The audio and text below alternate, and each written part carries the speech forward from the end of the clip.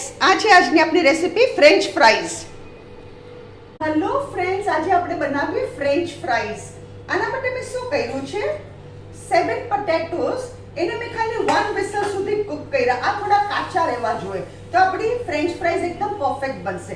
અગર તમને એમ લાગે કે મારા બટેકા જરા વધારે ચડી ગયા તો તમે થોડી વાર માટે ફ્રીજમાં મૂકી દેજો.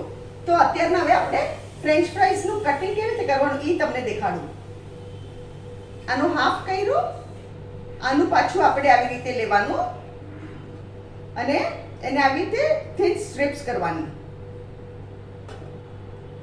આ ઘરમાં એટલી સરસ બને છે કે તમે બહાર નહીં ભૂલી જશો. આઈ મીન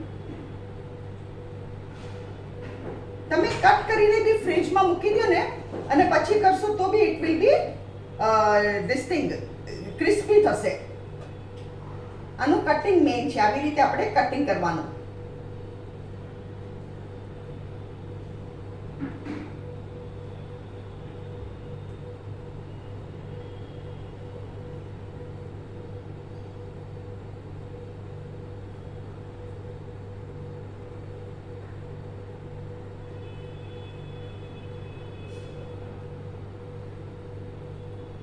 જો આવી રીતે કરવાનું અને પછી એને આવી રીતે લાંબી સ્ટ્રીપ્સ કરવાની.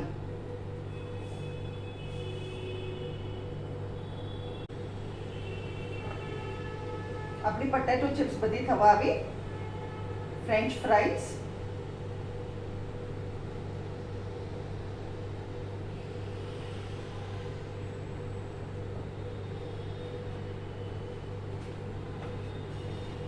અહીંયા આવે છે ને, આપણે ઉતારવાનું ચાલુ કરીએ. અહીંયા ગેસ ફાસ્ટ કરું છું.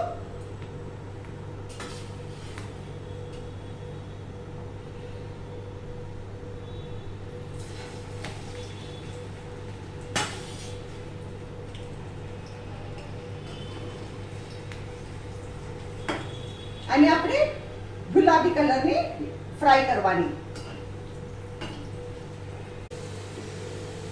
આપણી મસ્ત થવા આવી.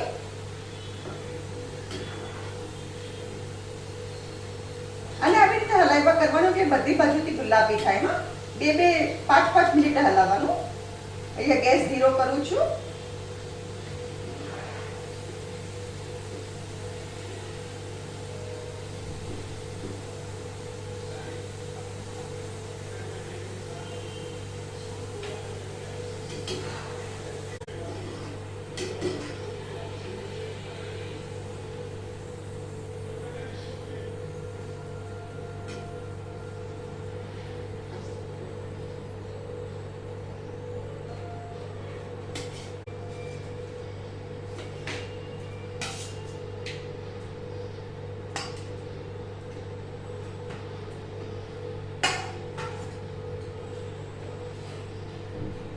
ફ્રેન્ડ્સ, આના ઉપર હું શું કરું છું, થોડું સોલ્ટ,